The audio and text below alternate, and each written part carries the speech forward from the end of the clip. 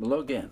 In The Chaos of Cults by Karel von Baalen, Reformed minister, he's dealing now with the general attitude of spiritualism or spiritism toward biblical doctrine. So he subtitles this page 54 in The Chaos of Cults on Spiritism, Spiritism on the Bible, that is, Bible doctrine. He says, lest we repeat ourselves in chapters 3 and 16, we shall merely present statements by prominent cultists on various important and generally accepted Christian points of doctrine. In chapter 18, we shall briefly recall that these doctrines are indeed contained in Scripture and believed by the Holy Catholic Church, which he then has in quotation marks. He does not mean by that the Roman Catholic Church, because he himself is a Reformed minister. So the Holy Catholic Church, that is the Church of the Ages. It will be observed, we trust, that the various anti-Christian isms reveal their true character when they denounce the revealed truth of the Word of God. As to Spiritism, it teaches, which means sundry Spiritists teach, there being no official creed of Spiritism, as follows. For instance, on the doctrine of God, what does Spiritism teach? And this is from a book by Wilkins called The Physical Phenomena in Spiritualism Revealed, quoting one of the presidents at a national camp of spiritualism. What does spiritualism teach about God? We abrogate the idea of a personal God. It should be understood that there are as many gods as there are minds needing gods to worship. Not only one, two, or three, but many. The noble forest trees, sun, moon, stars, all things are gods to you, for they minister unto you the needs of your soul. It is vain to suppose you can all bow down to and truly serve one God. So spiritualism effectively denies the doctrine of one God. Now here's a quote from The Banner of Light, a famous spiritualist magazine from the Civil War era. And this is about a Mrs. Conant, a medium, who is consulting at a seance the spirits on the other side. And Mrs. Conant, the medium, says, do you know of any such spirit as a person we call devil? And the answer, coming back to her from the control at the seance, is, we certainly do. And yet this same devil is our God and our Father.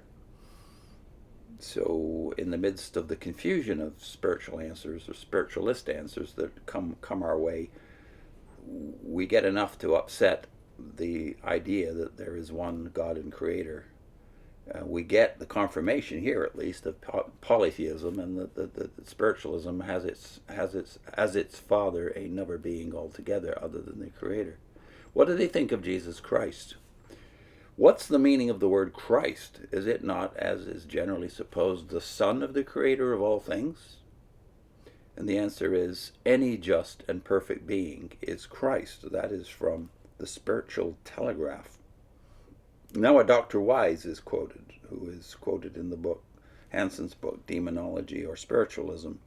Dr. Wise has to say about Jesus Christ, it seems nevertheless that all the testimony received from advanced spirits only shows that Christ was a medium and a reformer in Judea, that he is now an advanced spirit in the sixth sphere. Well, this is the general consensus among spiritualists, by the way, and occultists in general, that Christ is a highly evolved spirit, all right, but he's certainly not uniquely God or the Son of God.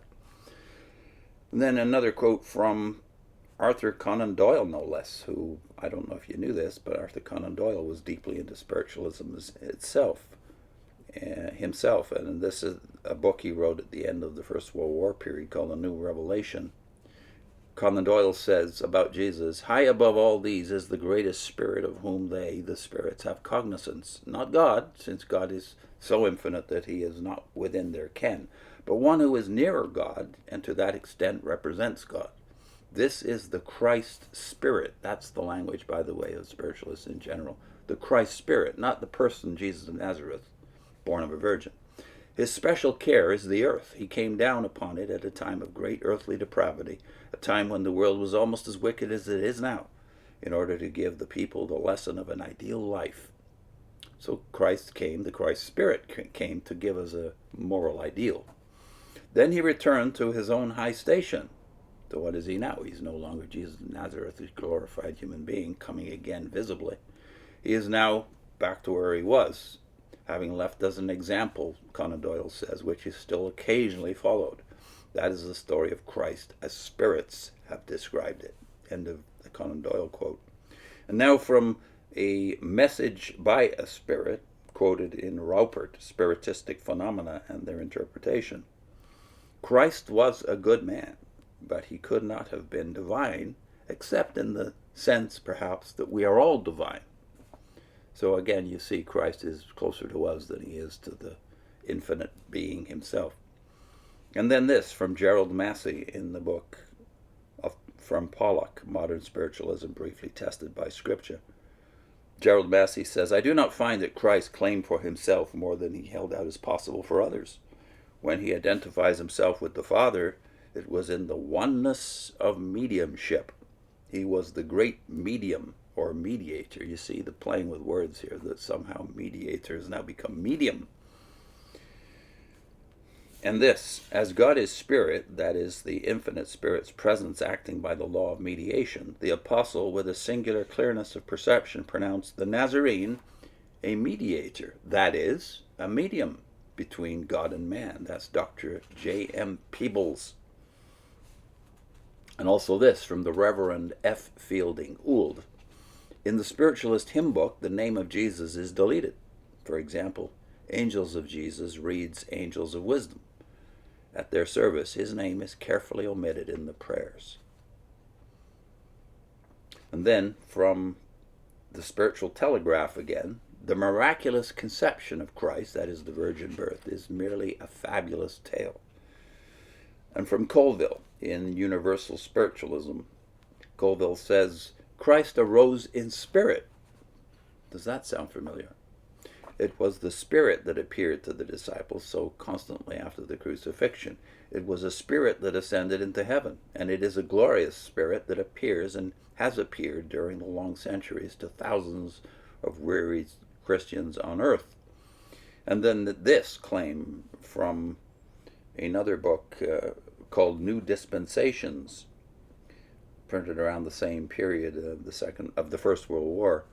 I, Jesus, appeared in spirit in 1861, and do say and declare unto the world that the new era of dispensation has commenced, called the coming of Christ. Now we have the coming of Christ turned into a dispensation or an era in which he actually literally does not appear. And of course this suited the Adventist doctrine of the day as it suits Jehovah's Witnesses today.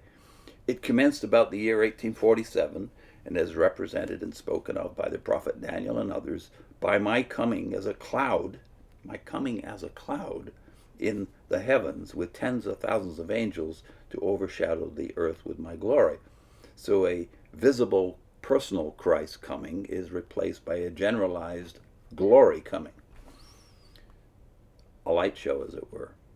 This is the second coming, a coming in power and glory, a coming of ministering angels and spirits, a coming to morally and spiritually enlighten all conscious intelligences. It is the overshadowing return of the living Christ. There will be no such personal return as theologians have taught. You might as well say as all Bible scholars and really all Christians have always taught in the creeds and before the creeds. There will be no such personal return as theologians have taught. This will be and is the spiritual return to his people by the voice of his messengers speaking to those whose ears are open, even as he said. And this is Stanton Moses that we've made a video about before, one of the most famous mediums of the late Victorian era, from his control, who was called Imperator. So the visible, literal return of Christ becomes a generalized Enlightenment era, which suits both occultism and, of course, Adventism and Jehovah's Witnesses, and basically all of those who defy and deny the historical church and its doctrines. So I'll put in a link to what does the parousia, that is the second coming of Christ, what does it really mean according to Greek scholars, not according to these amateurs that claim a superior knowledge to the churches. Why is Jesus Christ diminished and the literal second coming denied? by both occultists and Jehovah's Witnesses. See you next time.